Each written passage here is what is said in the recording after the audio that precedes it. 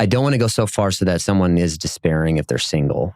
But I also don't, I think the comfortability of like marriage is an option.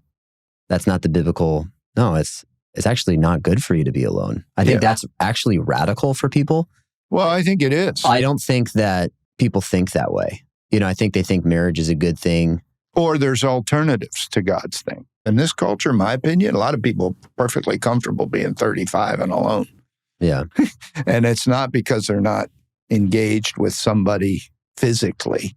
It's they don't understand the solution is not just a periodic encounter with a woman. They'll find a girl, they'll find a guy, they'll do stuff with them and actually mute the realities they need, either prematurely connecting or doing certain things in a way that mutes the reality that I need a companion for life in the context of marriage. And God knew that, God said it, and it's important for people to recognize.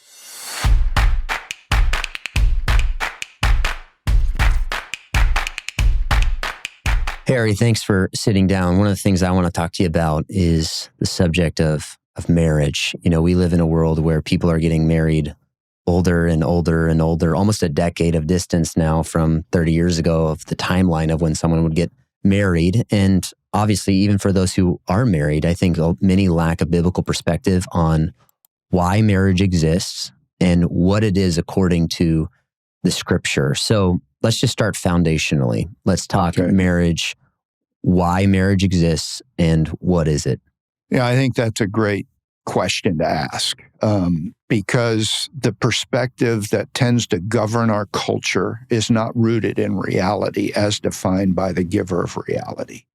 God said during day 6, after he called everything that he made good, he said there's something not good. Until the not good is resolved, he wouldn't say it's very good. And that was in a perfect world. Perfect world, no sin. Yeah. All the animals are friendly. Yeah. People live with cats and dogs and they consider them family. So imagine a world without sin and having the benefit of those companions. Awesome world. But in that awesome world, which included God, who is a person, God said, it is not good to be alone. In what sense was man alone? He did not have someone of his same kind, someone who was equal in terms of quality and kind. That was absent.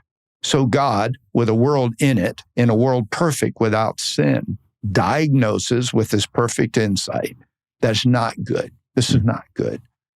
And then he defines what is needed for man to have what is desired by God or designed by God and needed by man. And he said, you need a helper who is suitable. The old King James, help meet. Helper is a practical partner, and the word suitable equals intimate companion. So one involves partnership, practical support, and the other involves companionship, friendship. And God says, you need this. I'm going to supply this.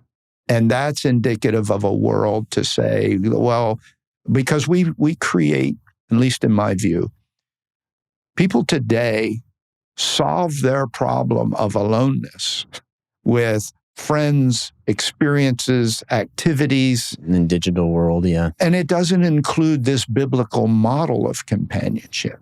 They'll find a girl, they'll find a guy, they'll do stuff with them and actually mute the realities they need, either prematurely connecting or doing certain things in a way that mutes the reality that I need a companion for life in the context of marriage. And God knew that, God said it, and it's important for people to recognize it. So let's talk about helper for a minute. You talked about a helpmate, helpmeet, and then a suitable one. I think that creates kind of a pronged reality worth expounding on. People think of helper, and I've heard you talk about this before, is that just someone to help me mow the lawn, do the laundry, do the dishes? Talk about even the purpose for which God created man and Adam and how Eve comes alongside him in that endeavor then to help him. And what people should think about when they think, okay, my wife is supposed to be my helper. What does that mean, biblically speaking? Yeah, it's a core question, an important question. Practical partner, someone who makes up what is lacking. That's the pure definition of helper. Somebody, it was used of God. I look up to the hills from whence cometh my help. And so it's more than an assistant. It's not about an assistant. It's not somebody who does your laundry inherently. They can do your laundry. They can cook your food. They can clean the house. It's not about that. It's about the partnership, the provision of support necessary to achieve the purpose, the missional purpose of the man, the reason he made him. In this case, to rule and subdue the earth. That's why he's naming the animals in a short distance, a verse or two, because he had a responsibility and she was essential to the achieving of that responsibility. I like to use Acts 13:36, where David is spoken of, and it says that when he fulfilled his purpose, the purpose of God is actually what it says, in his generation, he slept. Yeah. Now, you can argue David's the only guy who's ever lived who had a purpose of God in his generation. And I think that's a short-sighted perspective. I'm going to argue that God designs every man purposefully to achieve by his design and desire a missional purpose. Every man is different. He's endowed with different talents, capacities, opportunities. If he becomes a Christian, he has supernatural abilities in terms of spiritual gifts. God builds men purposefully, and he cannot achieve that outcome without his practical partner. He needs a helper. I'm a pastor. I cannot serve God's people. You're a pastor. You cannot achieve the goal of God in your missional calling without Katie, nor can I without Karen. It is an essential need, practical teammate, somebody who makes up what I lack in order to achieve what God has designed. So so the second part of that is helper suitable. Yeah. The word suitable is someone who fits. It was used of pottery that was joined together. It was used of puzzle pieces united together. It had this concept of connection. It's translated in Proverbs with the idea of intimate companion. Okay, the companion of your youth. Malachi's going to talk about that. This is friendship. This is communion. This is companionship. I'm going to argue this is my soulish, intimate friend. And I have in my wife something that no amount of friends can provide. It's like, I have male buddies. I like guys. Yeah. I love the companionship and camaraderie. We enjoy it here in our office. But it can't supply what she can supply. She was built to fit me and share life with me in companionship. That's what God knew I needed. And that's what he created and provided. And then you have the naming of the animals. Like I always ask people, why do you think you go from that declaration, not good for man to be alone, I'm going to make a helper suitable for him, to the naming of the animals? And I'm arguing that, well, who knew there was a problem in verse 18? God did. Who knew he had a problem at the end of the naming animals exercise? Adam did. Because it said there was not found a helper suitable for him. So in all of creation, with all of its variety and beauty and capacity, there was nothing until God solved the problem by the supernatural, miraculous creating. Yeah, and you said he solved Adam's core problem by taking Eve from his core, right? Yeah. So met a core need. He fashioned her, which is a unique word. You don't want to miss that. It's custom made. It's the work of an artisan. God fashioned her. Verse 7, chapter 2, he formed Adam from the dust. He fashioned her from the rib. And then he presented her. The word he brought her is the word present. It's when you have a wedding ceremony and dad walks her down the aisle. Dad is a representative of God in the pomp and circumstance of that presentation. Sometimes the bride is veiled, not so much anymore, but often in the past, a bride was veiled. And the word brought is unveiled. Okay, so dad brings her down the aisle representing God, comes to the front, and then he unveils his daughter. It's a formal presentation that mirrors this presentation. And Adam responds, now, this is bone of my bones, flesh of my flesh. Now we're talking, is the way we might say it today. Yeah. I've seen all the options. This is the option. And then he says, I want to give her a derivative of my name. She shall be called woman, Isha, that's the Hebrew word, because she's taken out of Ish, man. And so I'm arguing that Adam is affirming God's design and wanting her to be identified with him, which is why men give women their name. It's not a sexist thing.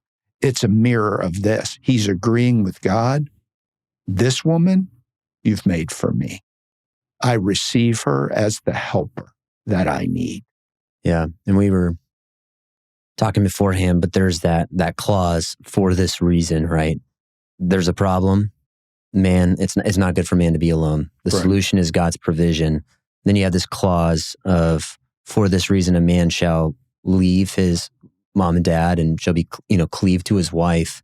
Let's answer the question, what's so special about marriage in contrast? And you touched on this already, but between just this and living with my girlfriend, or having a girlfriend at all, or a best friend, what's so special about the covenant of marriage that solves this problem, and what makes it unique in regards to the component of God's design? I believe that until there's a perspective paradigm shift, you don't understand the full solution. The full solution is a custom-made person, provided by God. You identify, you recognize, and then the words "for this cause" or "for this reason" attaches. This is marriage. The Magna Carta, the verse Jesus quotes, the verse Paul quotes. For this cause, a man shall leave his father and mother, hold fast or cleave to his wife. Two shall become one flesh. For this reason. What reason? Well, the context is the aloneness problem. Yeah. So that introduces the recognition that it's a two-part solution. Right person in the right place. The right place is the covenant of marriage. So I can move in with her. I can find the right person. Is Adam alone? No, he's not alone. He's got a girl. She shall be called woman because she was taken out of man. We can't argue there's nobody like me. What you have to recognize is finding that person is half of the solution. The other half is putting that person in a covenant relationship. So moving in together isn't a marriage. That's why marriage matters so much. It's a covenant of trust. It's a covenant of commitment. And that trust environment facilitates the fulfillment that God designed and man desires. Yeah. So the leave, cleave, and unite, which is the old King James cleave, those three verbs, they're Hebrew verbs, are essential covenantal expressions of a context, a marriage covenant that allows a man and a woman to be intimate and not ashamed. Yeah, maybe just... Which is the antithesis of... Yeah, he talks about that. That's the consequence of this covenant is, in a good way, is that naked and unashamed. People maybe, if they've grown up in the church, they've heard that. What's special about naked and unashamed? That's before, the fall. So there's no really concept of shame even at that point of sin. But what makes marriage unique in the sense that it affords the opportunity and privilege of being naked and unashamed? How would you explain that to someone that's walking through premarital counseling? Here's what's special about marriage. Well, I would contrast it with the problem. Aloneness is no intimacy, no vulnerability. You're not connected in that way because you don't have that reality. So naked and not ashamed is the antithesis. It's the opposite. There's vulnerability, which true trust. Vulnerability comes from trust. That's the naked idea. It's not about just physical nakedness. It's about soulish vulnerability. And not ashamed means I'm not afraid. I'm not hiding. I'm not running. This relationship is transparent, governed by trust. Yeah. which is what the marriage covenant produces. The leaving produces trust. The cleaving produces trust. The unity, uniting, becoming one flesh produces trust. Right person, right place, marriage allows you to experience the fulfillment of the need God identified. Yeah. And it's always important, I think, to start here. You know, when you marry someone, when I marry someone, one of the first things I start with that ceremony is marriage isn't a cultural construct. It was ordained by God. Yeah. And you can't get past the opening pages of Scripture without being confronted with something beautiful God makes. And that's the covenant of marriage. And you've been married 42 years, right? Correct. And, you know, even people can spend their life in the church and not understand what's really taking place when someone's married. What is their spouse? It's a suitable helper. And obviously, this brings up a host of other questions of how marriages are to function. What does a godly marriage look like? I'm even mindful of the individual who's listening going, I want that and I don't have that. And so we want to look at that in the future from a biblical perspective, because there's maybe a woman or a man out there saying, I want that companion, and God hasn't provided that, you know? And so I think that's maybe worth, talking about more in the future. But big idea here. Why marriage? It's not good for man to be alone. And what is marriage? And then maybe we'll conclude that, answer the question. It's a two-part solution. Right person in the right place. The right person is the custom made for you, girl, that God provides. You recognize, and then you make a covenant commitment together. A context where the fullness of what marriage is designed to do is provided. Listen, this works because it's God's idea. You said it. It's prescribed by God as the solution. It's not broken. Yeah. It works, but you're in a fallen world with fallen people, the challenges of sin, the challenges of immaturity and selfishness. It's not a given, but it is the goal, and it is the reality that you pursue as a couple. Yeah. If you're single, you're desiring this.